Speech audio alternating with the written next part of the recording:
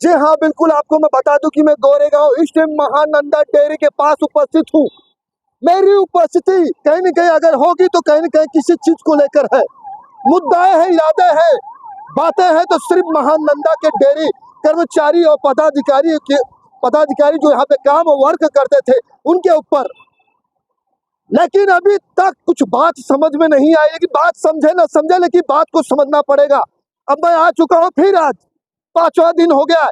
4 दिन से प्रिया मिट के आप देख सकते हैं हालात कैसे है।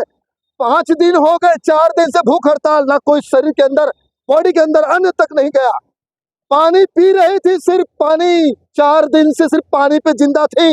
लेकिन आज सुबह 11 बज गए, 11 बजते ही पानी भी, शायद मुझे पानी भी छोड़ना पड़ गया। अब ऐसा अनशन यहाँ मैंने पहली बार देखा हो ना देखा हो, लेकिन अब देखना पड़ रहा है। सिर्फ पानी पीती थी, पानी भी बंद हो गया। अब इसका जिम्मेदार होगा कौन?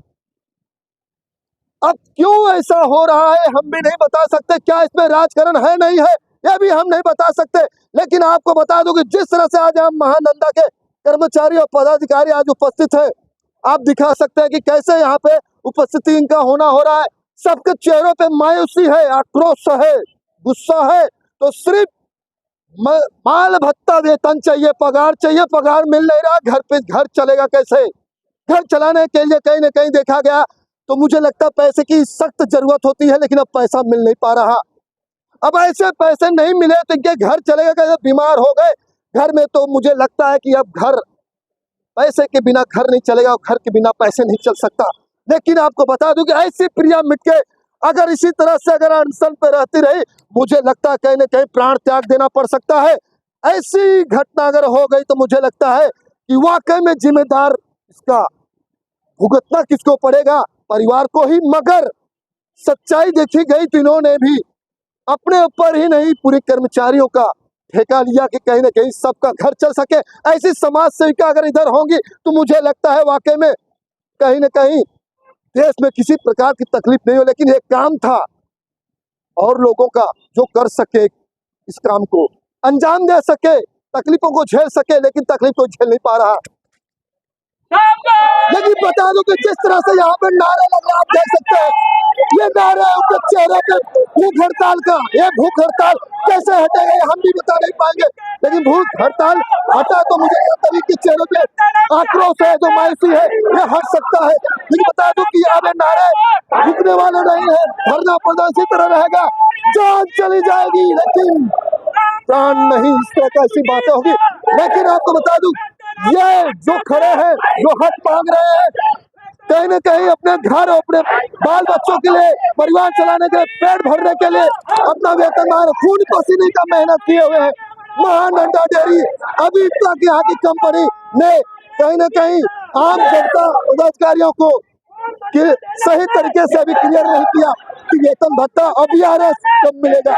आइए आप देखिए, कोई शौक नहीं लगी है। आप देख सकते हैं महिलाएं किस तरह से यहाँ पे बैठी हैं, लेकिन प्रिया मिट के जान देने के लिए तैयार है इस कर्मचारियों को न्याय दिलाने के लिए। लेकिन बता दूं आज 4 दिन से भूख हड़ताल पे थी, आप परेशान है, पानी तक नहीं पी रही थी, अब तो पानी भी छूट गया, 5वां दिन हो गया। क्या करना चाहिए, क्या मांग है, बोलिए। जी मेरे सरकार से यही निवेदन है, मेरे विखे पाटिल साहब से एक ही निवेदन है, आप बस मीटिंग करने का बोलते हैं, मीटिंग तो लेते ही नहीं है महानंदा के विषय पे। हर बार बोलते मैं कर रहा हूँ, हो रहा है, सब प्रोसेस में है, लेकिन कुछ भी हमें दिखाई नहीं दे रहा। साल भर से हो रहा है ये सब चीज़। क्या इशू है, क्या बात है, हमें नहीं माना। अंदर की बात क्या है हम लोग को नहीं मालूम। हम कामगारों को इतना ही पता है कि हमको महीना भर काम करने के बाद पेमेंट होना चाहिए और हमारी संस्था टिकनी चाहिए। अगर संस्था टिकी रही तो हमारा पेट पानी चलेगा, नहीं तो कैसे चलेगा। अगर संस्था ही नहीं रही तो इस संस्था बचाने के लिए बस एनडीडीबी को दिया जाए, ये संचालक बोर्ड को बर्खास्त किया जाए, वीआरएस का पैसा सरकार अलॉट करे और जो 5 महीने से वेतन थकित है उस वेतन को त्वरित आज के आज अधिवेशन में मंजूर करा ले, जी कि ये लोगों का पेट पानी चले। बहुत तकलीफ है भाई, ये लोग आके बोलते हैं तो मेरे आंखों में से पानी आता है। क्या बताए हम आपके आपको। हालात अब धीरे धीरे नाजुक होती जा रही, खराब होते जा रहे, इसकी जिम्मेदार कौन होगा? आप क्यों अपनी जान को, परिवार को नहीं संभालना चाह रहे हैं? बताइए आपको मुझे पैसा मेरा बता दीजिए। परिवार प्यारा है, लेकिन मुझे ये कामगारों का दर्द भी दिखाई दे रहा है। आप देख रहे होंगे मेरे आँखों से पानी छलक रहा है। लेकिन ये सरकार को क्यों जाग नहीं आ रही मेरे को समझ में नहीं आ रहा है। विखे जी इतना निर्दयी मत बनिए। आप ये 880 कामगारों के बारे में सोचिए। आप हमेशा अपने विधानसभा में देखते हैं, विधानसभा के लोग भी तो यहाँ पे होंगे ना महानंदा डेयरी में काम करने के लिए। गाँव से ही आया होगा कोई यहाँ काम करने के लिए। मुंबई का पैदाइश तो है ही नहीं यहाँ पे। तो तुम्हारे ही बच्चे ये सब जो भी है, तो उनके लिए क्यों कुछ नहीं कर रहे हो तुम? जो करना है आज का आज करो और हमें लिखित में आप पूरा अगर आश्वासन आपको दो। कुछ होता तो इसके जिम्मेदार है कौन? मंत्री महोदय जी होंगे, संचालक मंडल होगा। संचालक मंडल क्यों बैठा है? आज का आज राजनीति में क्यों खाली क्यों नहीं हुआ हो? उनको आज का आज वो फरजाने साहब अध्यक्ष जी नागपुर से गांव चले गए, उनको ये नहीं हुआ। एक महिला उपोषण पे बैठी है, 880 कामगार भूखे हैं 5 महीने से, मस्त में रहते हो वहाँ पे और गांव चले जाते छुट्टियां मनाने के लिए। तो काहे अध्यक्ष बने बैठे हैं? छोड़ देवे ना, चले जावे। मेरा एक सवाल है कि कहीं न कहीं महानंदा डेयरी के जो हेड है, जो संचालक है, अगर वो और कहीं सरकार की भी ताकत लग गई वाकई में कि आप लोग को जो मांग है अगर पूरी हो गई, तो क्या आप ये धरना प्रदर्शन छोड़ देंगी? जी फिर हम से आप अपनी जीवन शुरू करेंगी? जी हाँ, हमें कोई शौक नहीं चढ़ा था कि हम आगे उपोषण पे 5 दिन से भूखे प्यासे यहाँ बैठे रहे। सरकार से हमारी जो मांगे है, बस वो मांगे पूरी हो जाए। वो लिखित में हमको आश्वासन दे दे कि हमें पता है कि हर इमीडिएट हर सब चीज़ नहीं हो सकती, लेकिन इस वक्त इमीडिएट ये हो सकता है कि तुम सरकार से निधि दिलवा सको महानंदा के लिए। उसको दिलवाने के लिए आपको बस इसमें बैठक में लेना है और पास कराना है। अधिवेशन तो चालू है, तो आप उतना भी क्यों नहीं कर पा रहे? आप धरना प्रदर्शन किए हैं, कहीं अपनी आपकी जानो को कुछ होगा तो आपके बाल बच्चे कहाँ जाएंगे? आप कैसे रहेंगे बताइए? पहले तो ये बताइए। अगर ये सरकार नहीं करेगी तो मैं तो चली जाऊंगी। मेरे बाल बच्चे पता नहीं कैसे जिएंगे। मेरा पति पैसा नहीं पता नहीं कैसे जिए। ये है प्रिया मिटके, आंखों में आंसू आ गए।